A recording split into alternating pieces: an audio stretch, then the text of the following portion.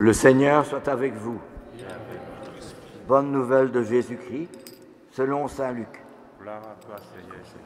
Chaque année, les parents de Jésus se rendaient à Jérusalem pour la fête de la Pâque. Quand il eut 12 ans, ils montèrent en pèlerinage suivant la coutume. À la fin de la fête, comme ils s'en retournaient, le jeune Jésus resta à Jérusalem à l'insu de ses parents.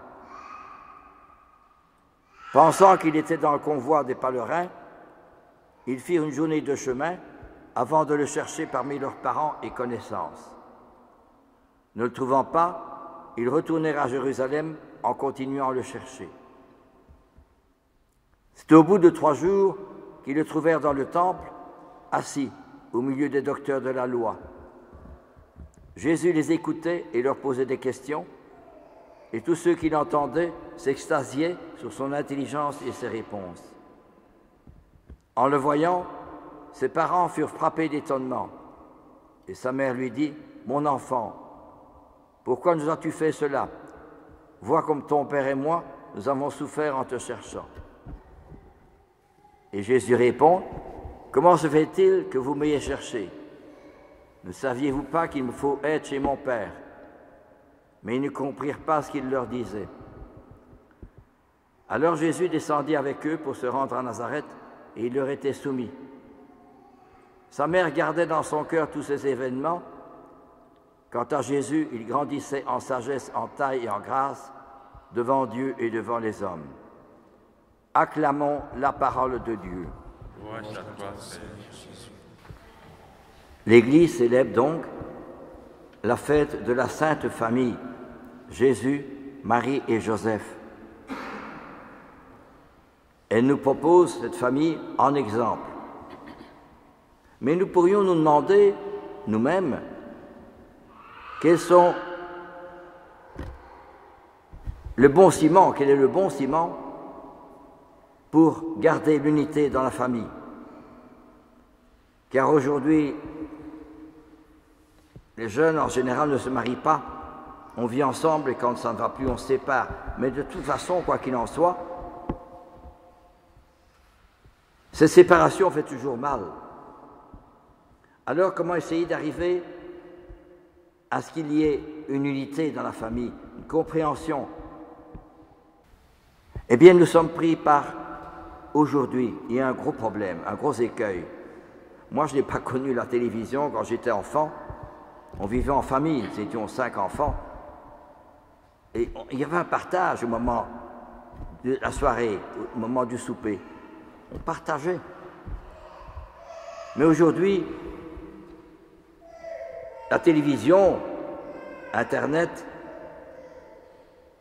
l'ordinateur, smartphone, tout ça sont de bonnes choses, mais nous empêchent souvent d'avoir le dialogue, la compréhension. On est renfermé sur soi-même, sans qu'on le veuille ou qu'on ne le veuille pas. On est pris par les images, par les informations, par les discussions d'un tel ou l'autre que j'ai eu.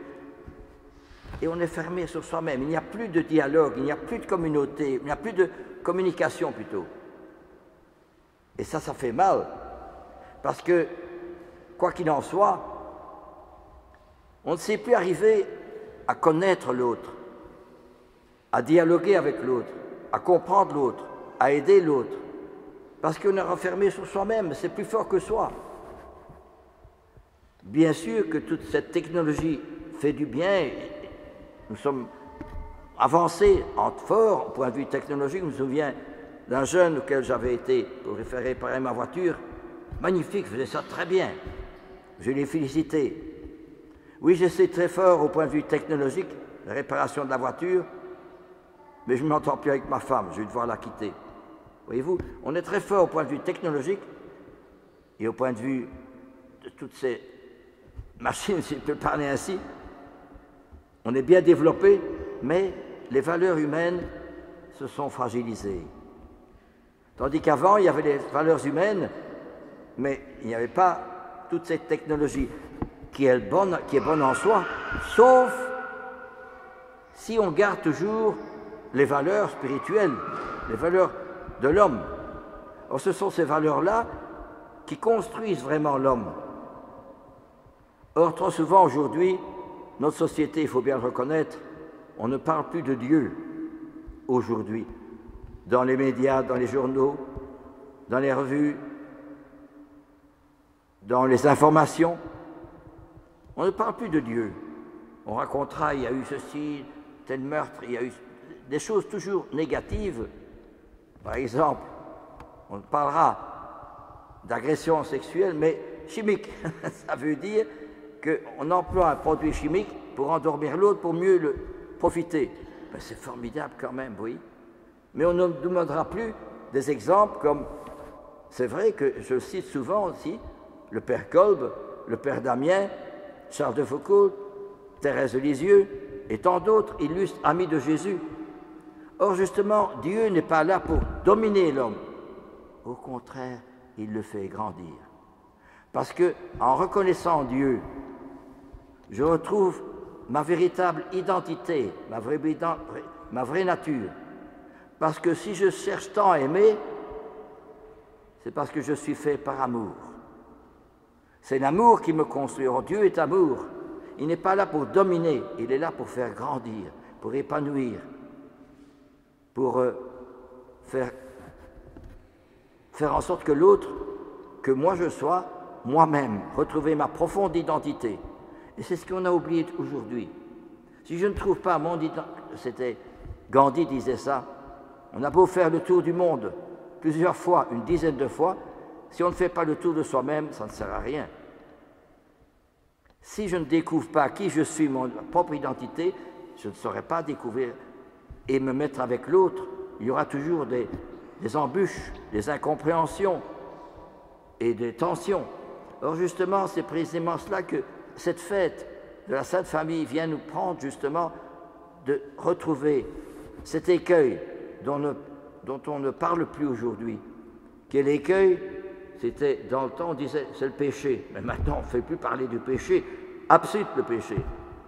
Pourtant, le péché c'est l'orgueil, l'égoïsme, le profit, l'arnaque, le mensonge, l'individualisme, le laisser-aller.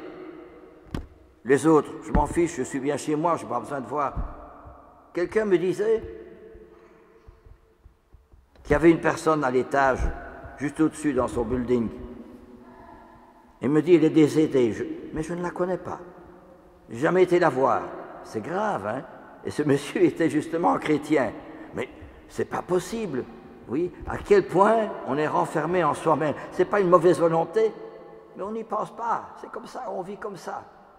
Mais où est notre Seigneur alors? Notre Seigneur n'est-il pas celui qui me remet en question, qui me dit quelles sont les embûches, quels sont les écueils que je rencontre dans ton âme pour l'épanouir, pour la faire grandir?